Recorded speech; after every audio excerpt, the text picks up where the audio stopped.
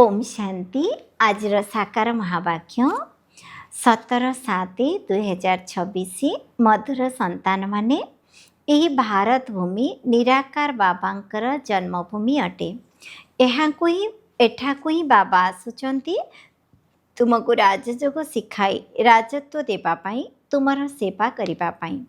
प्रश्न, शिव बाबा निजर प्रत्येक पिला मानंकु केउ प्रतिज्ञा कराउछंती?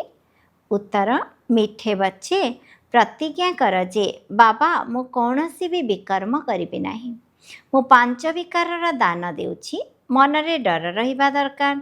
जदि मु दान देई पुणी फेराई नेबी तेबे बहुत पाप होइजिब, जहा पाई कठोर दंड भोग करियाकु पड़ुछि। राजा हरिश्चंद्रंकर कहानी मध्य एहा उपरे आधारित। ओम शांति। ଏହା ହେଉଛି ପିଲାମାନଙ୍କର ଈଶ୍ୱରୀୟ ଛାତ୍ର ଜୀବନ। ପିଲାମାନେ ଜାଣିଛନ୍ତି ଯେ ଆମେ ତାଙ୍କ ପାଖକୁ ଆସିଛୁ। ସେ ହିଁ କଳ୍ପକଳ୍ପ ଆସି ଭାରତବାସୀ ପିଲାମାନଙ୍କୁ ରାଜ୍ୟ ଭାଗ୍ୟ ଦେଇଥାନ୍ତି। ବାବା ଭାରତକୁ ହିଁ ଆସୁଛନ୍ତି ନା? ଏହା ଭାରତ ଭୂମି ଅଟେ। ନିଜର ଭୂମି ପ୍ରତି ବହୁ ସ୍ନେହ ସମ୍ମାନ ରହିଥାଏ। ଯେପରି ବିଦେଶରେ କେହି ବଡ଼ ଲୋକ ଏଠାରେ ମରିଗଲେ ତାଙ୍କୁ ବିଦେଶ କୁହାଯାଏ। ଯେପରି ବିଦେଶରେ କେହି ବଡ଼ ଲୋକ ଏଠାରେ ମରିଗଲେ ତାଙ୍କୁ ବିଦେଶକୁ ନେଇଯାଇଥାନ୍ତି, ଅଥବା ଏଠାକାର କେହି ବଡ଼ ଲୋକ ବିଦେଶରେ ମରିଗଲେ ତାଙ୍କୁ ଏଠାକୁ ନେଇ ଆସିଥାନ୍ତି, କାହିଁକି ନା ନିଜ ଭୂମିର ମାନ ରଖିଥାନ୍ତି। ଭାରତକୁ ଭଗବାନଙ୍କର ଜନ୍ମଭୂମି ବୋଲି କୁହାଯାଏ। ଏକଥା ମଧ୍ୟ ତୁମେ ଜାଣିଛ, ଯାହାକୁ ଭଗବାନ ଅଥବା ଆଲ୍ଲାହ ପରମାତ୍ମା କହୁଛନ୍ତି, ତାଙ୍କ ସମ୍ମୁଖରେ ଏବେ ତୁମେ ବସିଛ। ନାମ ତ ନିଶ୍ଚିତ ଦରକାର ନା। ଆଲ୍ଲାହ କହୁଛନ୍ତି, ତଥାପି ବି ଲିଙ୍ଗର ପୂଜା କରୁଛନ୍ତି। ଈଶ୍ୱର ଅଥବା ଖୁଦା କହୁଛନ୍ତି, ତେବେ ନିଶ୍ଚିତ ତାଙ୍କର ଚିହ୍ନ ଥିବା ଦରକାର ନା। ଲିଙ୍ଗକୁ ସବୁଆଡ଼େ ପୂଜା କରିଥାନ୍ତି। ଆଜିକାଲି ଚିତ୍ରଗୁଡ଼ିକରେ ମଧ୍ୟ ଦେବତାମାନଙ୍କର ଆଗରେ ପରମପିତା ପରମାତ୍ମାଙ୍କର ଚିତ୍ର ଲିଙ୍ଗ ରୂପେ ଦେଖାଉଛନ୍ତି। ସେ ହେଲେ ସବୁଠାରୁ ଉଚ୍ଚ। ତାଙ୍କର ନିଜର ଶରୀର ନାହିଁ, ସେଥିପାଇଁ ନିରାକାର କୁହାଯାଉଛି, ସାକାର ନୁହନ୍ତି। ଏବେ ତୁମେମାନେ ଜାଣୁଛ ଆମେ ତାଙ୍କ ସମ୍ମୁଖରେ କଳ୍ପକଳ୍ପ ଉପସ୍ଥିତ ହେଉଛୁ ଶିକ୍ଷା ନେବା ପାଇଁ। ଭଗବାନ ଉବାଚ ଅଟେ, ତେବେ ନିଶ୍ଚୟ ରାଜଯୋଗ ଶିଖାଉଥିବ। ବିଦ୍ୟାର୍ଥୀମାନଙ୍କୁ ରାଜଯୋଗ ଶିଖାଇଥିଲେ ଏବଂ ସେମାନେ ରାଜାରାଣୀ ହୋଇଥିଲେ। ଲଢ଼େଇ ଆଦିର କୌଣସି କଥା ହିଁ ନାହିଁ। ଏଇ ଲକ୍ଷ୍ମୀନାରାୟଣ ଆଦି ଲଢ଼େଇ ଦ୍ୱାରା ରାଜତ୍ୱ ପ୍ରାପ୍ତ କରିଛନ୍ତି କି? ବିଲକୁଲ ନୁହେଁ। ଦୁନିଆ ଜାଣିନାହିଁ ଯେ ଏମାନେ ସତ୍ୟଯୁଗରେ କିପରି ରାଜ୍ୟ ପାଇଲେ। ଆମେ ତାଙ୍କ ସମ୍ମୁଖରେ ବସିଛୁ। ସେ ହିଁ ବାବା ଅଟନ୍ତି, ଶ୍ରୀକୃଷ୍ଣ ନୁହନ୍ତି। ଶ୍ରୀକୃଷ୍ଣ ତ ଛୋଟ ପିଲା, ସେ ହେଲେ ରଚନା। ବାସ୍ତବରେ ଏବେ ଶ୍ରୀକୃଷ୍ଣ ନିଜର ପଦବୀ ନେଉଛନ୍ତି, ଯିଏ ପୁଣି ଭବିଷ୍ୟତରେ ଏସବୁ ପାଠ ପଢ଼ିବାର ସୁଯୋଗ ପାଇବେ। ବାସ୍ତବରେ ଏବେ ଶ୍ରୀକୃଷ୍ଣ ନିଜର ପଦବୀ ନେଉଛନ୍ତି, ଯିଏ ପୁଣି ଭବିଷ୍ୟତରେ ଶ୍ରୀକୃଷ୍ଣ ବୋଲାଇବେ। ଏସବୁ ପାଠ ପଢ଼ାର କଥା। ତୁମେ ଜାଣିଛ ବାବା ଆମକୁ ରାଜଯୋଗ ଶିଖାଉଛନ୍ତି। ଯେପରି ମନୁଷ୍ୟକୁ ବାରିଷ୍ଟର, ଇଞ୍ଜିନିୟର ଆଦି କରାଇଥାନ୍ତି। ସମସ୍ତେ ତ ମନୁଷ୍ୟ ଅଟନ୍ତି ନା। ତୁମେ ବୁଝୁଛ ଆମେ ବି ମନୁଷ୍ୟ, କିନ୍ତୁ ଆମେ ପତିତ ଅଟୁ। ଏବେ ବାବା ଆମକୁ ପବିତ୍ର କରାଉଛନ୍ତି ଏବଂ ବର୍ଷା ମଧ୍ୟ ଦେଉଛନ୍ତି। ନୂଆ ଦୁନିଆ ହିଁ ପବିତ୍ର ଦୁନିଆ ହେବ। ନୂଆ ଦୁନିଆରେ ରାଜତ୍ୱ ହୋଇଥାଏ। ଏବେ ତୁମେ ବାବାଙ୍କ ସମ୍ମୁଖରେ ବସିଛ। ଯେପରି ଲୌକିକ ପିତା ପିଲାମାନଙ୍କୁ ସ୍ନେହର ସହିତ ବସି ବୁଝାଇଥାନ୍ତି, ଇଏ ହେଉଛନ୍ତି ପାରଲୌକିକ ବିଚିତ୍ର ବାବା, ଯାହାଙ୍କ ପାଇଁ ତୁମେ ଗାୟନ କରି ଆସିଛ। ତୁମେ ମୋ ମାତାସ୍ୟ ପିତା। ତୁମେ ଜାଣିଛ ଏହି ସମୟରେ ବାବା ନିଜର ଅଭିନୟ କରୁଛନ୍ତି, ଯାହାର ଭକ୍ତି ମାର୍ଗରେ ଆମେ ଗାୟନ କରୁଥିଲୁ। ତୁମେ କହୁଛ ଆମେ ଶିବ ବାବାଙ୍କ ପାଖକୁ ଆସିଛୁ। ଚିଠି ମଧ୍ୟ ଲେଖୁଛ ଶିବ ବାବା ମାର୍ଫତ ବ୍ରହ୍ମା। କାହାକୁ ତୁମେ ଡାକି ଦେଖାଇଲେ ଆଶ୍ଚର୍ଯ୍ୟ ହେବେ। ଶିବ ବାବା ମାର୍ଫତ ବ୍ରହ୍ମା, ଏପରି ତ କେବେ ଶୁଣିନାହୁଁ। ଶିବ ବାବା ବ୍ରହ୍ମାଙ୍କ ଶରୀରରେ ଆସି ବିଷ୍ଣୁପୁରୀର ସ୍ଥାପନା କରୁଛନ୍ତି। ସମ୍ମୁଖରେ ଦଣ୍ଡାୟମାନ ହୋଇଛନ୍ତି। ଉପରେ ଅଛନ୍ତି ଶିବ ବାବା।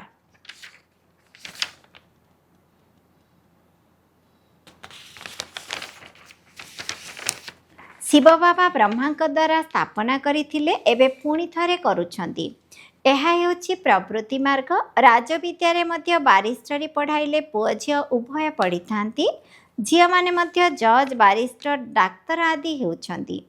ଏହା ମଧ୍ୟ ପ୍ରବୃତ୍ତି ମାର୍ଗ ଅଟେ। ସନ୍ନ୍ୟାସୀମାନେ ହେଉଛନ୍ତି ନିବୃତ୍ତି ମାର୍ଗର, ସେମାନେ ଅଲଗା ଅଟନ୍ତି। ଏକଥା ମଧ୍ୟ ବାବା ବୁଝାଉଛନ୍ତି। ଶଙ୍କରାଚାର୍ଯ୍ୟ ଯଦି ନ ଆସିଥାନ୍ତେ ତେବେ ପବିତ୍ରତାର ଅଂଶ ରହିନଥାନ୍ତା। ଭାରତ ବିଲକୁଲ ହିଁ ବିକାରରେ ଜଳି ମରିଥାନ୍ତା। ଭାରତକୁ ରୋକିବା ପାଇଁ ଏହା ନିର୍ଦ୍ଧାରିତ ହୋଇ ରହିଛି। ଭାରତ ବହୁତ ପବିତ୍ର ଥିଲା, ଏବେ ପୁଣି ଅପବିତ୍ର ହୋଇଯାଇଛି। ଏବେ ଭାରତ କେତେ କଙ୍ଗାଳ ହୋଇଯାଇଛି। କହୁଛନ୍ତି ସୁନାର ଲଙ୍କା ସମୁଦ୍ର ତଳକୁ ଚାଲି ଯାଉଛି। ଲଙ୍କା ତ ସୁନାର ହୋଇପାରିବ ନାହିଁ। ଏସବୁ କାହାଣୀ ବସି ଲେଖିଛନ୍ତି, ଯାହାଦ୍ୱାରା କିଛି ବି ଲାଭ ହେବ ନାହିଁ। ତୁମେ ଜାଣିଛ, ବାସ୍ତବରେ ବାବା ଆମକୁ ବିଲକୁଲ ସହଜ ଯୋଗର ବଳ ଦ୍ୱାରା କେତେ ଉଚ୍ଚ କରାଉଛନ୍ତି।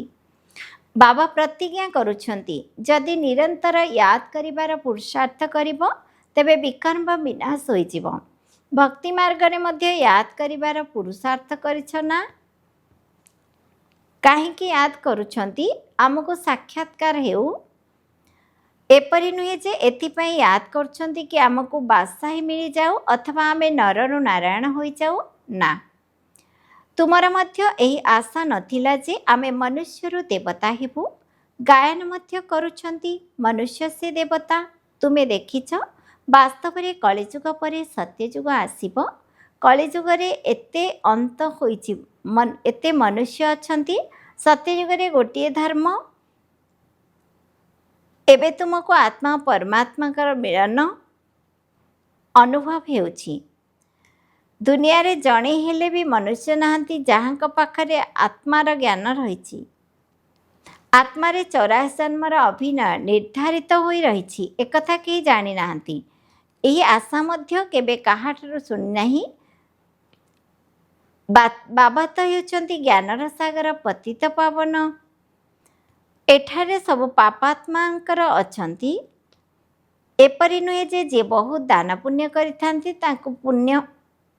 ସେମାନଙ୍କୁ ପୁଣ୍ୟ ଆତ୍ମା ବୋଲି କହୁଥାନ୍ତି। ସେମାନେ ତୁମକୁ ଦାନ ପୁଣ୍ୟ ଆଦି କରିବାର ଆବଶ୍ୟକତା ନାହିଁ। ସେଠାରେ କେହି ଗରିବ ରହିବେ ନାହିଁ କି ତୁମେ ସେଠାରେ ସବୁବେଳ ପାଇଁ ପୁଣ୍ୟାତ୍ମା ହୋଇ ରହିବ।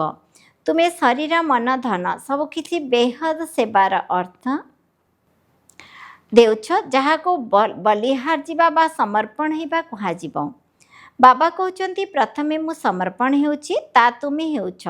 ବାବା କହୁଛନ୍ତି ପ୍ରଥମେ ତୁମେ ସମର୍ପଣ ହେଉଛ, ତେବେ ଯାଇ ପୁଣି 21 ଜନ୍ମ ପାଇଁ ସମର୍ପଣତା ମିଳିଛି। ଏହି କଥାକୁ ଏବେ ତୁମେ ଭଲ ଭାବରେ ବୁଝୁଛ, ସିଧାସଳଖ ବୁଝୁଛ।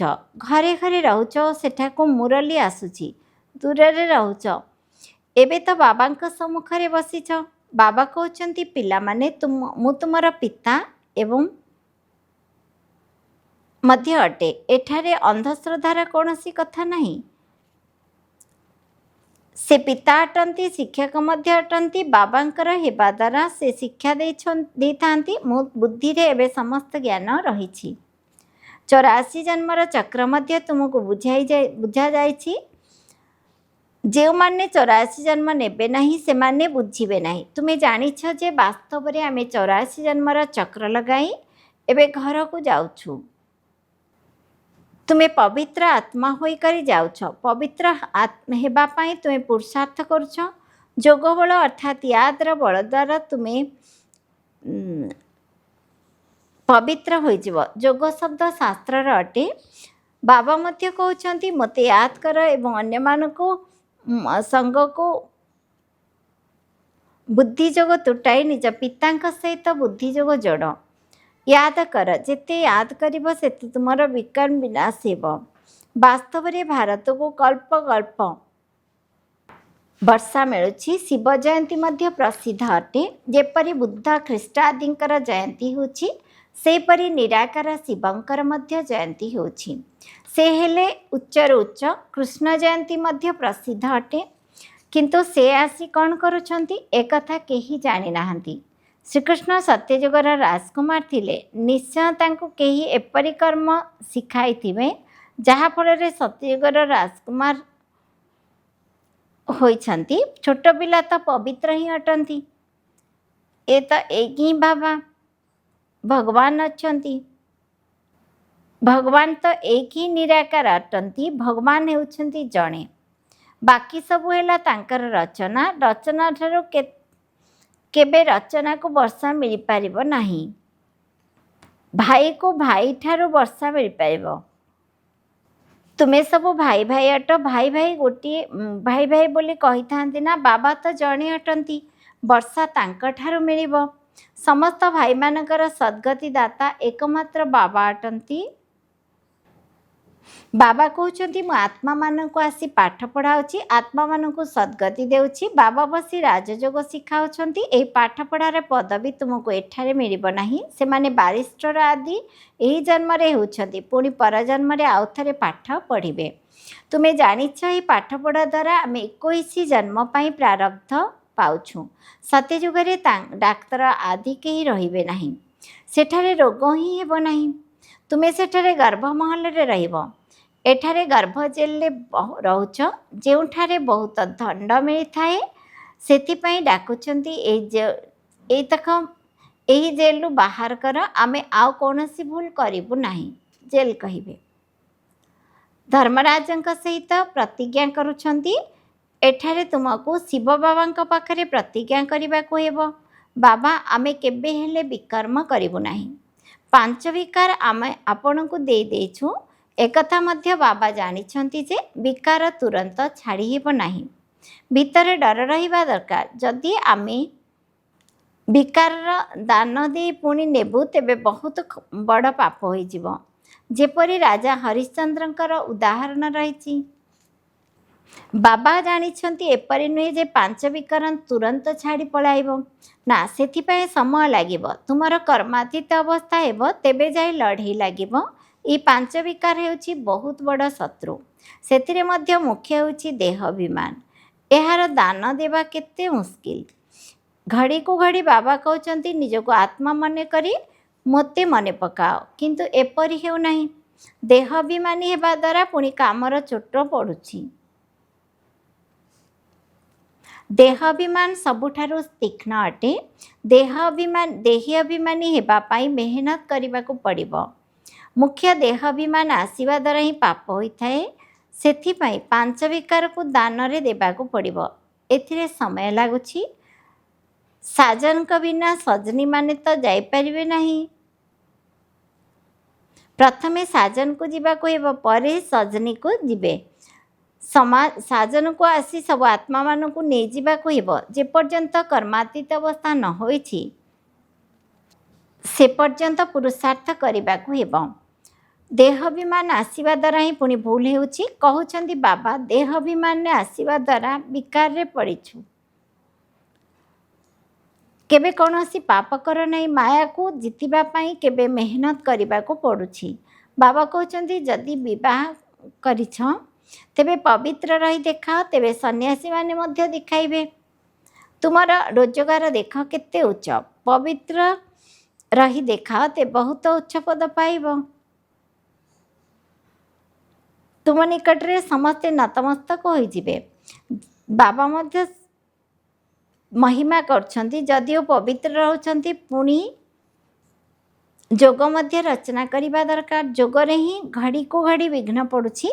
ଦେହାଭିମାନ ଆସିଯାଉଛି। ପବିତ୍ର ରହିଛନ୍ତି ତାହା ତ ଠିକ୍। ପବିତ୍ରତା ଦ୍ୱାରା ହିଁ ପବିତ୍ର ଦୁନିଆର ବର୍ଷା ପାଇବ। କିନ୍ତୁ ମାୟା ମଧ୍ୟ ନିଜର ପ୍ରଭାବ ଦେଖାଇବ।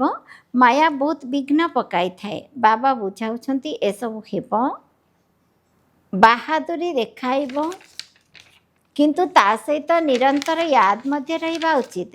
ତେବେ ଯାଇ ବିକର୍ମ ବିନାଶ ହେବ। ଯେଉଁମାନେ ଶକ୍ତିଶାଳୀ ଯୋଦ୍ଧା ହୋଇଥାନ୍ତି ତାଙ୍କୁ ମାୟା ମଧ୍ୟ ବହୁତ ହଇରାଣ କରିଥାଏ। ସେମାନେ ୟାଦରେ ମୁସ୍କିଲ ରହିଥାନ୍ତି। ଯିଏ ରହିପାରିବେ ତାଙ୍କୁ ଅନୁଭବ କରାଇବା ଦରକାର। କ'ଣ ଭାବୁଛନ୍ତି, କିପରି ଭାବୁଛନ୍ତି? ୟାଦରେ ରହିବା ଦ୍ୱାରା ବିକର୍ମ ବିନାଶ ନାହିଁ। ଏହି କଥା ହିଁ ବିଲକୁଲ ए कथा ही बिल्कुल अलग और नुआ अटे। एठारे बसिथिबारु निशा मध्य निशा चढ़ी जाइछि। एक कथा मध्य बुझुछ जे भगवान एपरी कथा तांकर ग्लानि करछन्ति अथवा गायन करा जाए गुरु ब्रह्मा गुरु विष्णु कुहा आमर तो गुरु नहांती।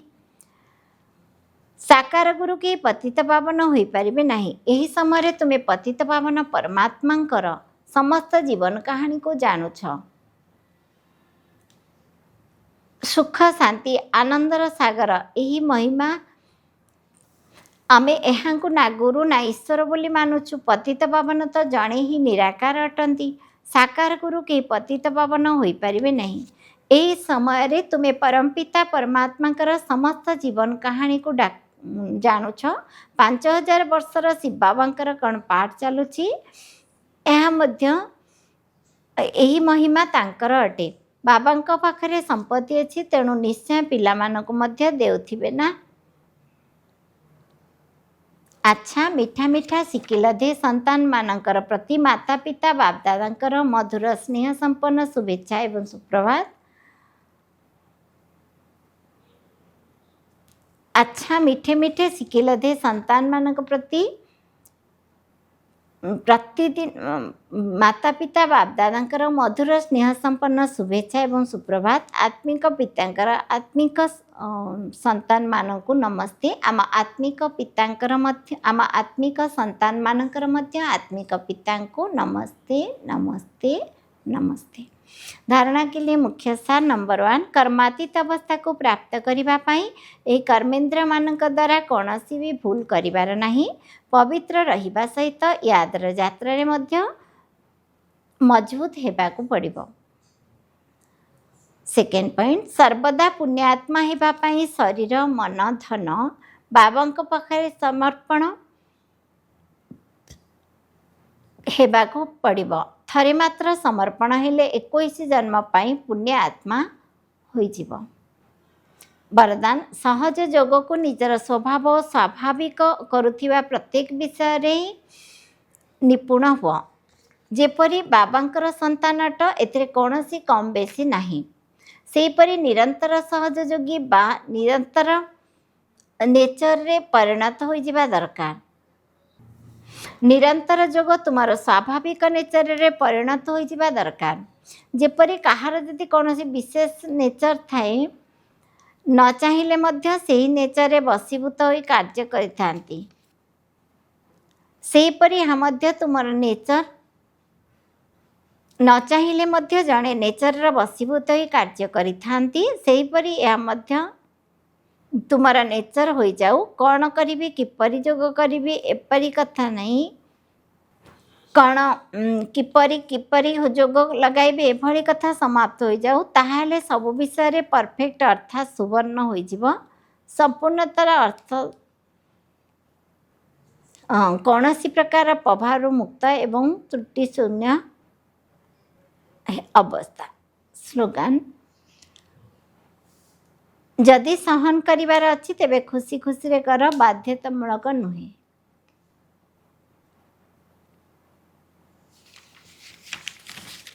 ओम शांति।